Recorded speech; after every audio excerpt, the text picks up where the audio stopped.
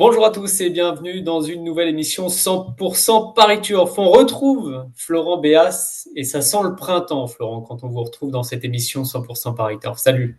Salut Romain, bonjour à tous. Et oui, puisque le meeting d'hiver se termine gentiment et que les hippodromes parisiens en plat et en obstacle sont en train de réouvrir leurs portes.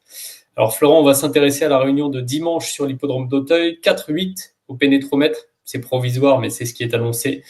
On tourne ce vendredi, on ne va pas trahir de grands secrets. Et on va commencer à 13h58 avec le prix Didier, avec les 5 partants du prix Didier Mescam.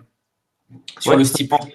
Seulement 5 partants, mais un lot intéressant, hein, avec uniquement des femelles au départ, mais des femelles qui ont montré de la qualité, notamment l'an passé, avec le numéro 3 Olympic Story, une pensionnaire de François Nicole, qui a notamment conclu sa saison par une deuxième place dans le prix bournosienne.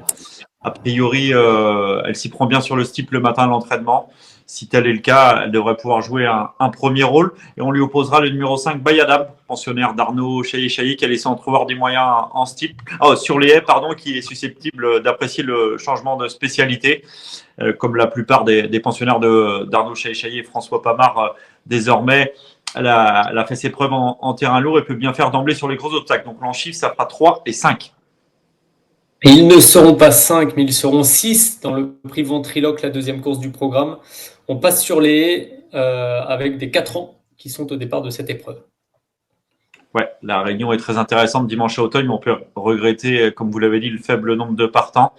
Et là, je fais confiance à une nouvelle pensionnaire de François Nicole, à savoir le 4, le Nez Creux, qui avait laissé une impression favorable en débutant victorieusement à la fin de l'été dernier dans le prix Finaux. Elle avait vraiment laissé une belle impression en cette occasion. Elle n'a plus été revue depuis, mais elle a dû travailler en conséquence. Une nouvelle fois confiée à Briony Frost, elle va tenter de conserver son invincibilité.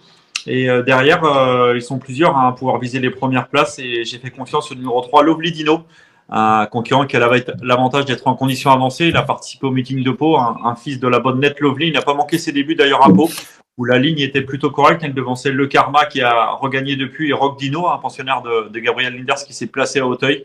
Donc une ligne plutôt correcte. Il va découvrir Auteuil, mais il a l'avantage d'être en condition avancée, je vous le répète. Et c'est souvent un avantage non négligeable, surtout en terrain lourd. Donc en chiffre, ça ferait 4 et 3.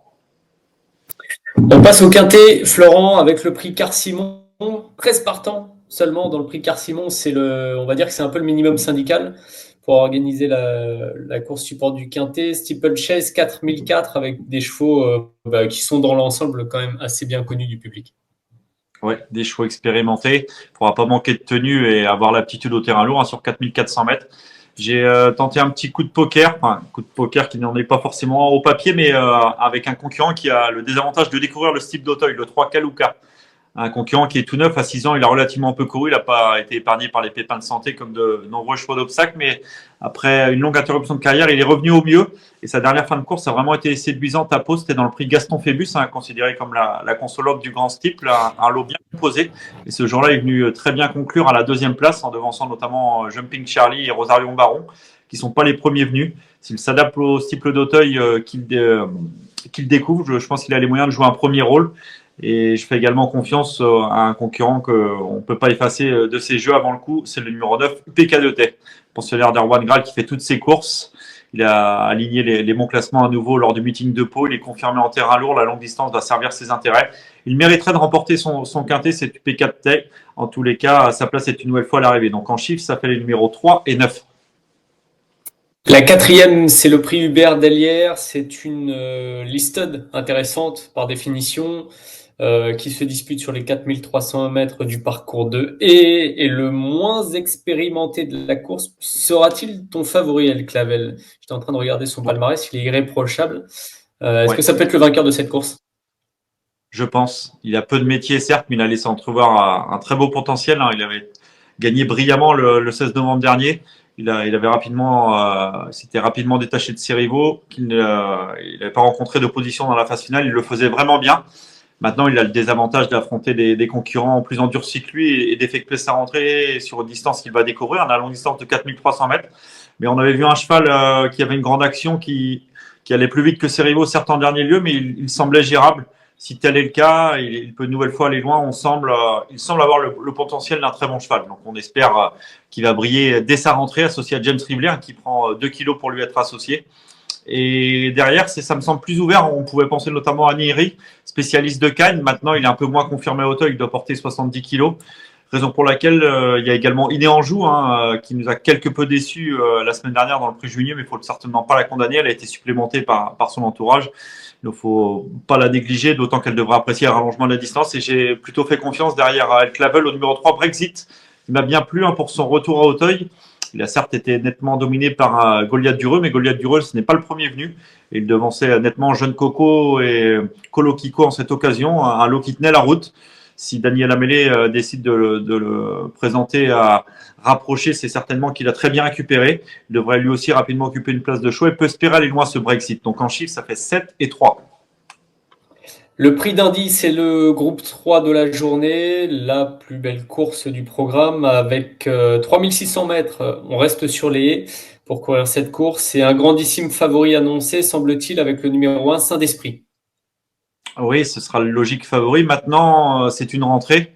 Lui, pour ce lauréat du prix Cambacérès, il aura bien sûr d'autres objectifs avec en ligne de mire le prix Alain Dubreuil, groupe 1, dans plus de 2 mois. Il doit rendre du poids également à ses rivaux pour cette rentrée. Maintenant, il a montré suffisamment de classe pour espérer gagner d'emblée, mais je pense qu'on va pas lui demander l'impossible. S'il gagne sur sa classe, ce sera tant mieux. Il peut éventuellement être battu par manque de conditions, par des circonstances de course. Ils ne sont que 6. Logique favori, mais je pense qu'il ne faut pas s'emballer pour une reprise de contact. Et je lui oppose la lauréate du prix Bournosienne, Mamissus de Well, pensionnaire d'Arnaud Chaïchaillé et François Pamard, qui a laissé entrevoir un très beau potentiel et a prouvé son aptitude au terrain lourd durant l'automne. Elle avait fait un truc, un prix Bournosienne. Son partenaire Gaëtan Mazur avait été quelque peu déséquilibré sur le plat. Cela ne l'avait pas empêché de s'imposer très facilement, enfin très sûrement en tous les cas. Là, on affronte les mâles. Le lot n'est plus le même, mais jugé sur ce qu'elle a fait ce jour-là, elle peut certainement viser le premier accessible si Saint-Esprit fait sa course et s'impose. Donc en chiffres, As et 2. Ah, je t'aurais cru plus confiant avec Saint-Esprit. Non, c'est pas que je suis pas confiant, mais maintenant, on a vu que les pensionnaires de François Nicole étaient revenus au mieux, un peu après un meeting de poids assez discret. Là, on a vu depuis la réouverture d'Auteuil qu'ils étaient revenus au top. Et la logique, c'est qu'il s'impose. Il va être grandissime favori à juste titre, mais Oui. comme je t'ai dit tout à l'heure, l'objectif n'est pas là. C'est le prix Alain Dubreuil dans. Mais bon, quand on voit l'opposition, à excepter Mamissus de Well, les autres sont nettement moins titrés. La logique voudrait qu'il s'impose, mais en tous les cas, c'est cette course. Là où je voulais insister, c'est que c'est pas un objectif. C'est le cheval de Glasgow, il sera logique favori. Maintenant, on peut pas leur demander d'être au top début mars et pour affronter le groupe 1 dans près de 3 mois, il y a une marge. Effectivement. On continue, Florent, avec le prix Chinko, 6e course du programme. Steeplechase 3005 et des chevaux qui ont de l'expérience déjà au départ de cette course. Oui, un lot assez ouvert. J'avoue avoir eu un peu de mal à faire un choix dans cette épreuve. J'ai tenté le numéro 4, Ulrich Desobos. Faut pas le juger sur sa dernière sortie à Pau. A priori, un hippodrome qu'il n'apprécie pas. Sur ses tentatives précédentes à Auteuil, il a les moyens de jouer un premier rôle. La courte distance et le terrain lourd vont servir ses intérêts. Donc j'ai tenté cette Ulrich Desobos, mais sans grande conviction. Et je fais également confiance au numéro 3, Never Risk. La condition avancée, il a été assez surprenant à Pau en remportant son quintet sur les haies. S'il profite de cette forme, malgré son manque d'expérience en steeple, il peut pourquoi pas à nouveau bien faire associé à Gabin Meunier. Donc en chiffre, ça fait le numéro 4 et 3. Le prix de la source en 7e rendez-vous de la journée avec cette fois toujours des, je parlais des tout à l'heure, on reste sur les 3006, petite variante au niveau de la distance et 9 concurrents au départ. Ouais, des concurrents âgés de 5 ans. J'ai fait confiance au numéro 5, Fort Marie. Elle est peu expérimentée, cette pensionnaire de Marcel Roland, mais elle a laissé entrevoir des moyens. La saison passée, elle s'est imposée très sûrement en début de saison sur les pommes de Fontainebleau. Et après un break de plusieurs mois, elle a fait une bonne rentrée durant l'automne sur les pommes de Compiègne, en s'assurant une bonne 3e place tout près des 2 premiers. Elle effectue sa rentrée et n'est peut-être pas au top des reprises de contact, mais elle a montré suffisamment de moyens pour jouer un très beau rôle d'emblée associé à Ludovic Philippon.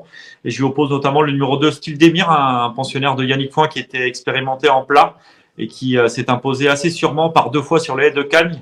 Les lots de Cagnes ne sont pas toujours exceptionnels, mais il a battu assez sûrement Lorcan, un pensionnaire de Joël Boinard, puis lors de sa sortie suivante. Blécolina, pensionnaire de Mathieu Pitard, qui possède quelques références.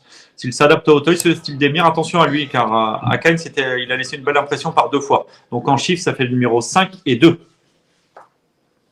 Et on termine par le prix Rivoli, un steeplechase qui est disputé toujours sur cette distance de 3600 mètres. Ouais, des AQPS de 4 et 5 ans. Seulement 7, mais un lot intéressant, me semble-t-il. Et je fais confiance au numéro 2, Kapakate, qui a laissé une impression favorable en s'imposant par 2 fois lors du meeting de Pau, c'était sur les haies. Il s'est notamment imposé en patron en dernier lieu. Il a rapidement pris la direction des opérations. Il est bien reparti pour finir. Il devait porter quand même 72 kilos, ce qui n'est pas rien. Son entourage, Daniel Amélé, nous a confié qu'il sautait très bien le steeple. Il a sauté le steeple de Pau sur le gazon où il s'y prenait très bien. S'il n'est pas désorienté par la découverte du steeple d'Auteuil, il peut poursuivre sa série victorieuse. Et je lui oppose le numéro 7, Leckwill, un concurrent âgé de 4 ans. Il doit affronter ses aînés, mais il avait tout d'abord laissé entrevoir des moyens en plat avant de bien débuter sur les haies de Pau, d'échelon cap prélude, face à un pensionnaire de Daniel Amélé qui a confirmé depuis en prenant une bonne deuxième place à Auteuil. Il reçoit du poids de ses aînés sous 66 kg avec Kevin Nabet. Attention à lui d'emblée sur le steeple. Donc en chiffre, ça fait les numéros 2 et 7. Très bien, Florent, merci beaucoup pour ton analyse et tes conseils. Un conseil de jeu avant qu'on se quitte pour cette réunion dominicale sur l'hippodrome d'Auteuil? Ce sera dans la dernière, 802 Kapakate. Il a vraiment bien plu lors du meeting de Pau. Il semble être un concurrent en devenir. Il peut bien faire d'emblée sur le steeple associé à Johnny Charon, le 802. Le 802, c'est bien noté. Merci Florent, encore une fois pour tous tes conseils. On va se donner rendez-vous dimanche sur l'hippodrome d'Auteuil. Merci à Manon qui nous accompagnait également pour vous proposer cette émission. Et puis on retrouvera Auteuil assez rapidement, le 8 mars, samedi 8 mars, notamment avec une belle réunion. C'est le prix Troyton qui tiendra le haut de l'affiche ce jour-là. Et évidemment, on suivra dans un premier temps cette belle réunion disputée ce dimanche. Salut à tous. Salut.